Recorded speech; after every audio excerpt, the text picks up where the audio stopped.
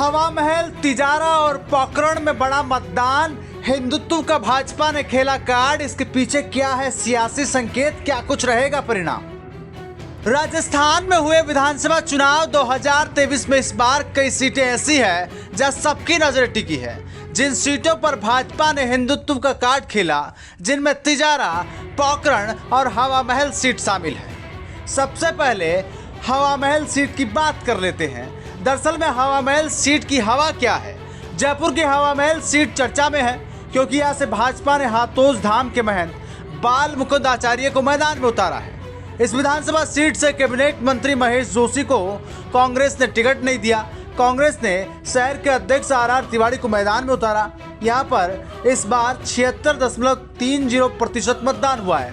पिछली बार साल 2018 में 72.78% और 2013 में 73.64% मतदान हुआ था। साल 2008 में 57.8% मतदान हुआ था। इस बार यहाँ पर 4% मतदान बढ़ा है और बढ़ा हुआ मतदान प्रतिशत जो है वो कहीं ना कहीं दिल की धड़कनें बढ़ा रहा है।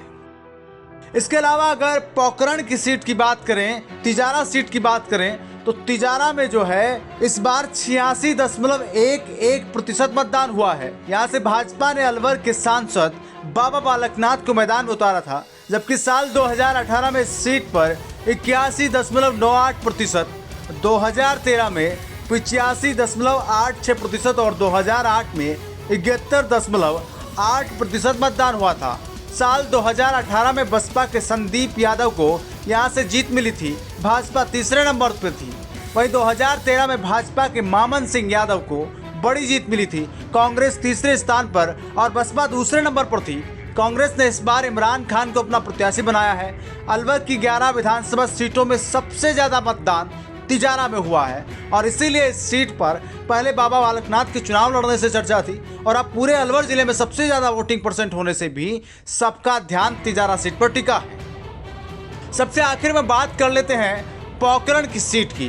पोखरण में भाजपा ने इस बार फिर महंत प्रतापपुरी को मैदान में उतारा था, जो इस समय तारा मठ के प्रमुख हैं। इस सीट पर इस बार 87.79% मतदान हुआ है। जैसलमेर में 2 विधानसभा सीटें हैं। जैसलमेर में 77.48% मतदान हुआ है। साल 2018 में भी इस सीट पर 67.47 और 2013 में 67.63 और 2008 में 73.6% मतदान हुआ था। साल 2018 में कांग्रेस के साले मोहम्मद को 500 से अधिक मतों से चुनावी जीत मिली थी। साल 2013 में भाजपा के शैतान सिंह को चुनावी जीत मिली थी। साल 2018 में साले मोहम्मद को 500 से अधिक वोटों से चुनावी जीत मिली थी। इस बार भी कांग्रेस ने साले मोहम्मद को मैदान में उतारा था और सामने थे महंत प्रतापपुरी महाराज।